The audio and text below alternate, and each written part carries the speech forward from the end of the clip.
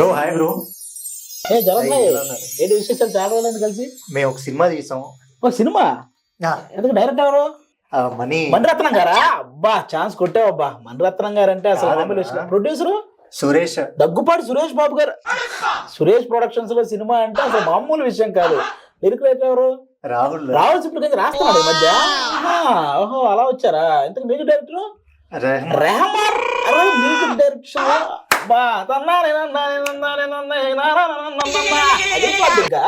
ఇంతకీ నువ్వు చేస్తున్నావు. ఓకే, హీరో ఎవరు? రామ్ చరణ్ గారు. ఏమి కాంబినేషన్ అబ్బా. సురేష్ ప్రొడక్షన్స్, రెహమాన్ గారు, రాహుల్ సిప్లి రైటింగ్. ఇవన్నీ కాదన్న, ఒకసారి వింటావా నువ్వు నేను చెప్పేది? ఏంటది? సినిమా ఇట్స్ ఓకే గురు. ఇట్స్ ఓకే గురు. ఇట్స్ ఓకే గురు. ఓకే, దాంట్లో చేసింది నేనే. నువ్వా? నేను. It's okay Charan Sai. Director Manikantha. Manikantha. Music director Mohit Rahman. Mohit Rahman. Producer మా సురేష్ గారు. సురేష్ అంటే సురేష్ బాబు కాదు కాదు. ఓకే, సురేష్. దాంట్లో సాంగ్ రిలీజ్ అయింది, మీరు చూస్తారని చెప్పి తీసుకొస్తే క్రియేటర్ రాహుల్ సిప్లి, రాహుల్ రెడ్డి ఇన్ఫినిటీ అని చెప్పి కొత్త ఇన్ఫినిటీ. Okay okay. ఓహో, మొత్తానికి మీ అందరి కాంబినేషన్ లో ఇట్స్ ఓకే గురు అని ఒక సినిమా. అందులోంచి లిరికల్ సాంగ్. ఓ సూపర్. నా శ్వాసే నువ్వైపోయావే, నా ప్రాణం నీదంటూ,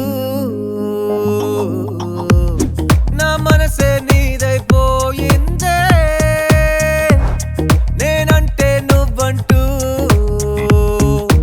రోజంతా హంగామా జరిగేలా, ప్రతి పూట పండగలా పెరిగావే, నాలోని అనువనువు తెలిసేలా, మైండ్ అంతా మైకెట్టి అరిచావే. సూపర్ అబ్బా. ఇట్స్ ఓకే గురు కాదు, ఇట్స్ డబల్ ఓకే గురు.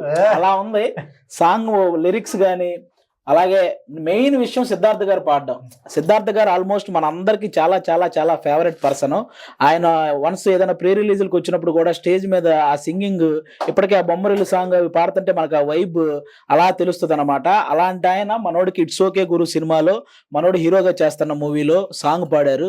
నాకైతే చాలా చాలా బాగా నచ్చింది. యూట్యూబ్లో రిలీజ్ అయింది, మీరు కూడా చూసి ఆ సాంగ్ని ఇంకా సక్సెస్ చేయాలని మనస్ఫూర్తిగా కోరుకుంటున్నాను. All the best brother. Thank you.